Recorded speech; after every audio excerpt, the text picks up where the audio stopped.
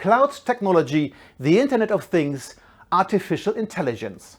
The way we work will change dramatically over the next few years. What that means for the industry and how to manage these challenges, I'm talking today in Frankfurt to Uli Homann. He is Corporate Vice President Microsoft.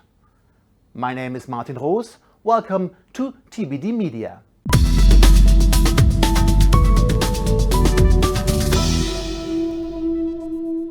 Uli, welcome. What are the most pressing challenges manufacturers face today, and how are they addressing these challenges? I think everybody has agreed or is agreed that the new technologies like cloud, AI, IoT are necessary to really get to the next step in productivity. The complexity of getting these technologies applied is really the long renewal cycles, because investments are high in production or manufacturing, and the interoperability required between existing and old equipment to really get the most out of these capabilities. What does it take the manufacturers to capitalize on these promise of these technologies to lead their sector? The way we see successful companies operate is by applying a top-down strategy, meaning the management has to believe that the investment in these technologies will really get the benefits in productivity and other outputs that they're looking at it. The other element we're looking at is you need to think about the partnerships you're going to invest in as part of this top-down strategy, because no vendor, no matter who they are, can effectively deliver upon this all alone. But how does smart manufacturing really affect the skills we need today? The shop floor has always been this place where the human and machine interaction is very intense and very important. We believe that upskilling the humans in order to really improve their ability to understand what the technology does and how to interact with it, as well as thinking through how you augment the people, help them do their job better. A great example is quality management, where the humans generally have a pretty good eye. They cannot really measure by millimeters or whatever the measure element is, what the Spaltmaß between two elements ought to be.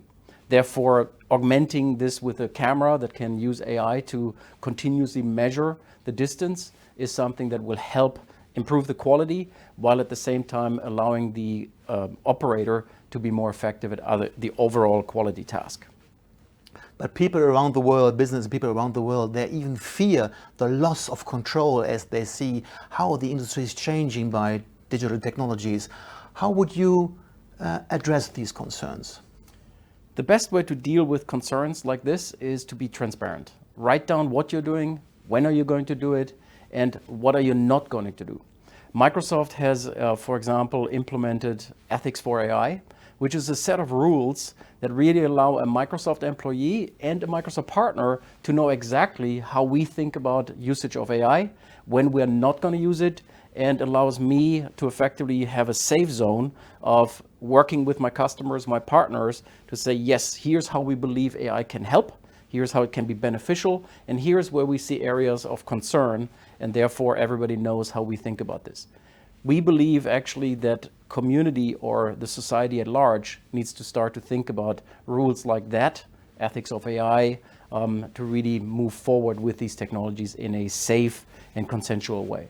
You're talking every day to manufacturing companies, and how do you leverage their feedback to improve or to evolve the Microsoft product development? Well, that's my job, and I really enjoy tremendously spending time with our partners, customers, to think about this. I think the best and most profound example, especially in this manufacturing context, is the all-up security model. From new chipset designs like Azure Sphere that really build security into the hardware that sits at the bottom of any investment in machinery, all the way to enhancing our Azure-focused security center to also include machines, sensors, cars, or other IoT scenarios. That was really an innovation that was driven by our partners and customers.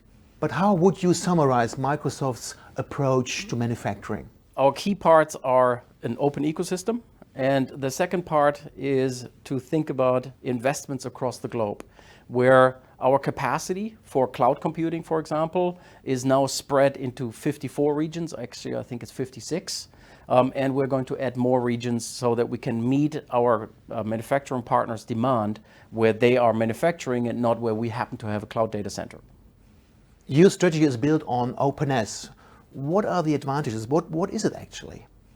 Openness for us has a number of elements. First of all, we believe that investing in open standards like OPC UA and OPC Foundation is a key element. The other complementing one is open source. For example, our industrial IoT stack is entirely open sourced so that our partner ecosystem can take a look, participate in improving it, and also utilizing it in their own systems.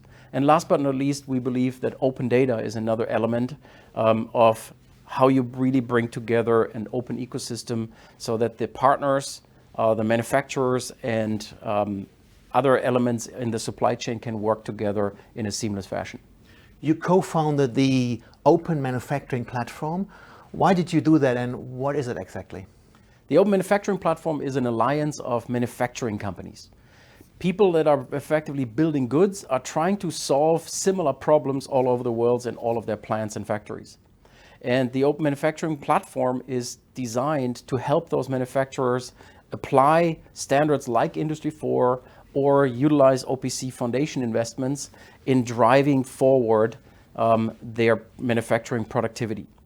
And the output is use cases, reference architectures of really applying these standards in manufacturing contexts so that the industry community that supports those partners can then build products and services around those use cases and reference architectures. Can you give an example, a concrete use case?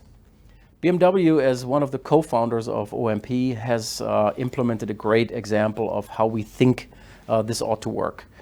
In one of their plants in Germany, they replaced an existing autonomous driving logistics system in-house in the in-factory with a new one, which was composed out of multiple vendors using a mixture of open source and open standards.